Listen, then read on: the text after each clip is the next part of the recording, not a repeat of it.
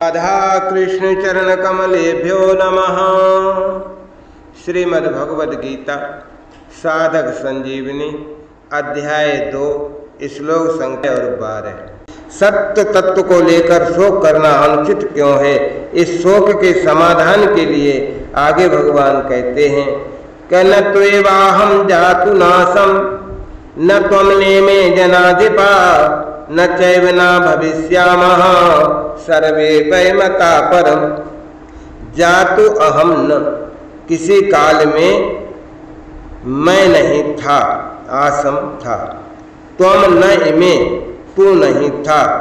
इमे जनाधिपा न, ये राजा लोग नहीं थे।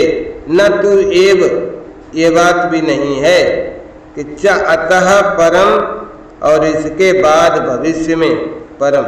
वयम मैं, तू और राजा लोग, हम सब सर्वे न भविष्यामा, नहीं रहेंगे। एव न, ये बात भी नहीं है। तो मात्र संसार में दो ही वस्तुएं हैं, एक शरीर अर्थात सत, एक शरीर अर्थात असत, और दोनों ही अशोच है। शोक न शरीर में रहने वाली आत्मा को लेकर हो सकता है, न शरीर को लेकर ही हो सकता है।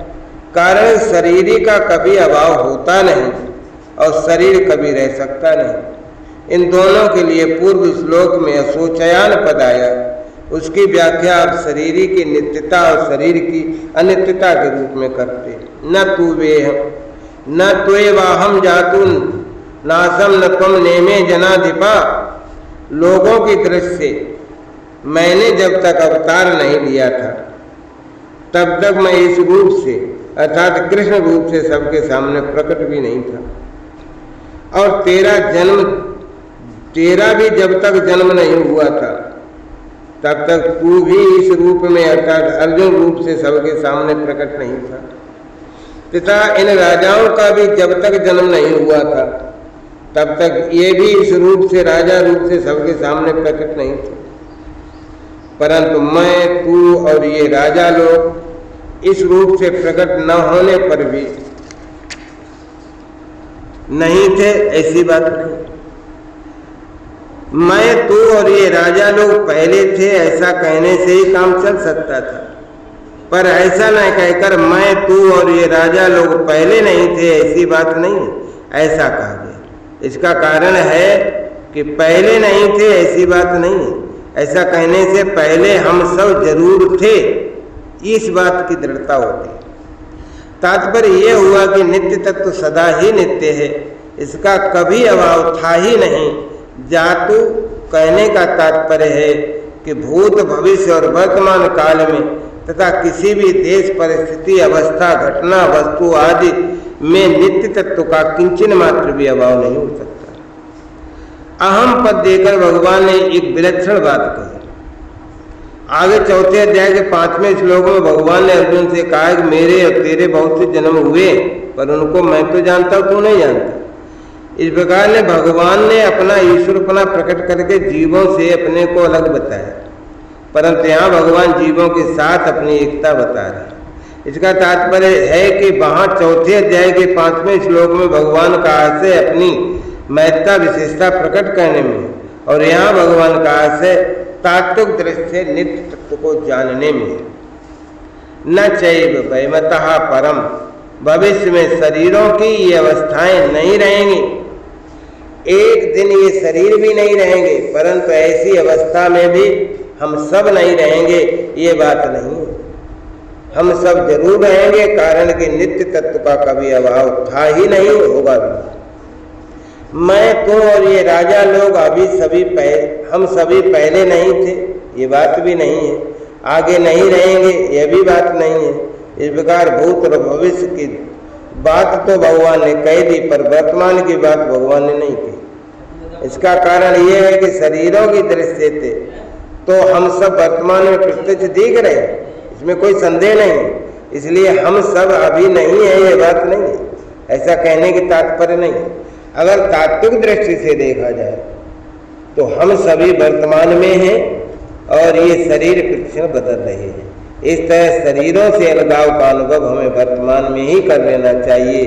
तात्पर्य जैसे भूत और भविष्य में अपनी सत्ता का अभाव नहीं है, ऐसे ही वर्तमान में भी अपनी सत्ता का अभाव नहीं है, इसका अनुभव करना चाहिए। जैसे प्रत्येक प्राणी को नींद आने से पहले भी ये अनुभव रहता है कि अभी हम आए, और नींद खुलने पर भी ये अनुभव रहता है कि अभी हम आए, तो नींद की अवस्था में भी हम वैसे के वैसे ही तो हैं, केवल बाह्य जानने की सामग्री का अभाव था, हमारा अभाव नहीं था। ऐसे ही मैं, तू और ये राजा लोग, हम सबके शरीर पहले भी नहीं थे, बाद में भी नहीं रहेंगे, और अभी भी शरीर प्रतिक्षण नाश की ओर जा रहे हैं, पर हमारी सत्ता पहले से भी थी, पीछे भी रहेगी और अभी भी वैसी की वैसी ही है। हमारी सत्ता कालातीत है, क्योंकि हम उस काल के भी ज्ञाता हैं, अर्थात भूत, भविष्य और वर्तमान, ये तीनों काल हमारे जानने में आते हैं। उस कालातीत तत्व को समझाने के लिए ही भगवान ने ये श्लोक कहा। मैं, तू और राजा लोग पहले नहीं थे, ये बात नहीं, और आगे नहीं रहेंगे, ये बात भी नहीं। ऐसा कहने का तात्पर्य है कि जब ये शरीर नहीं थे तब भी हम सब थे, जब ये शरीर नहीं रहेंगे तब भी हम रहेंगे। ये सब शरीर तो नाशवान है भाई, हम सब हैं अविनाशी। ये शरीर पहले नहीं थे, आगे भी नहीं रहेंगे। इससे शरीरों की अनित्यता सिद्ध हुई, और हम सब पहले थे, आगे रहेंगे। इससे सबके स्वरूप की नित्यता सिद्ध हुई। इन दो बातों से ये सिद्धांत सिद्ध होता है कि जो आदि और अंत में रहता है वो मध्य में भी रहता है, तथा जो आदि अंत में नहीं रहता वो मध्य में भी नहीं रहता है। जो आदि और अंत में नहीं रहता वो मध्य में कैसे नहीं रहता? क्योंकि वो तो हमें दिखता है। इसका उत्तर ये है कि जिस दृष्टि से जिन मन, बुद्धि और इंद्रियों से दृश्य का अनुभव हो रहा है, उन मन, बुद्धि, इंद्रियों सहित ये दृश्य प्रतिक्षण बदल रहा है, वो भी तो बदल रहे, वे एक क्षण भी स्थायी नहीं। ऐसा होने पर भी जब स्वयं दृश्य के साथ तादात्म्य कर लेता है तब वो दृष्टा अर्थात देखने वाला बन जाता है। जब देखने के साधन मन, बुद्धि, इंद्रियां और दृश्य ये सभी एक क्षण भी स्थायी नहीं है, तो देखने वाला स्थायी कैसे सिद्ध होगा? तात्पर्य है कि देखने वाले की संज्ञा तो दृश्य और दर्शन के संबंध से ही तो है। दृश्य और दर्शन से संबंध न हो तो देखने वाले की कोई संज्ञा नहीं होती, प्रत्युत उसका आधार रूप जो नित्य तत्व वही रह जाता है। उस नित्य तत्व को हम सबकी उत्पत्ति, स्थिति और प्रलय का आधार, संपूर्ण प्रतीतियों का प्रकाशक कह सकते हैं। परंतु ये आधार और प्रकाशक नाम भी आधेय और प्रकाश्य के संबंध से है। आधेय और प्रकाश्य के न रहने पर भी उसकी सत्ता ज्यों की त्यों ही है। उस सत्य तत्व की तरफ जिसकी दृष्टि है उसको शोक कैसे हो सकता है? नहीं हो सकता। इसी दृष्टि से मैं, तू और ये राजा लोग स्वरूप से अशोच्य हैं। इस श्लोक में परमात्मा और जीवात्मा के साधर्म्य का वर्णन है। भगवान कहते हैं मैं कृष्ण रूप से, तू अर्जुन रूप से, तथा सब लोग राजा रूप से पहले भी नहीं थे, आगे भी नहीं रहेंगे। पर सत्ता रूप से हम सब पहले भी थे, आगे भी रहेंगे। तात्पर्य है कि मैं, तू तथा राजा लोग ये तीनों शरीर को लेकर तो अलग अलग दिखाई दे रहे हैं, पर सत्ता को लेकर एक है। शरीर तो पहले भी नहीं थे, बाद में भी नहीं रहेंगे, पर स्वरूप की सत्ता पहले भी थी, बाद में भी रहेगी, वर्तमान में है ही। जब ये शरीर नहीं थे तब भी सत्ता थी, जब शरीर नहीं रहेंगे तब भी सत्ता रहेगी। ये सत्ता के सिवाय कुछ है ही नहीं। मैं, तू तथा ये राजा लोग, ऐसे कहने का तात्पर्य है कि परमात्मा की सत्ता और जीव की सत्ता एक ही है और हूँ दोनों में एक ही चिन्ह में सत्ता है। अहम से संबंध से ही अस्मि है। अगर मैं यानी अहम का संबंध न रहे तो हूँ नहीं रहेगा, प्रत्युत है ही रहेगा। भूतकाल और भविष्य काल की घटना जितनी दूर दिखती है उतने ही दूर वर्तमान भी है। जैसे भूत और भविष्य से हमारा संबंध नहीं, ऐसे ही वर्तमान से भी हमारा संबंध नहीं। जब संबंध ही नहीं है तो फिर भूत, भविष्य और वर्तमान में क्या फर्क है? ये तीनों काल के अंतर्गत हैं, जबकि हमारा स्वरूप इन काल से अतीत है। काल का तो खंड होता है, पर स्वरूप अखंड होता है। शरीर को अपना स्वरूप मानने से ही भूत भविष्य वर्तमान में फर्क दिखता है।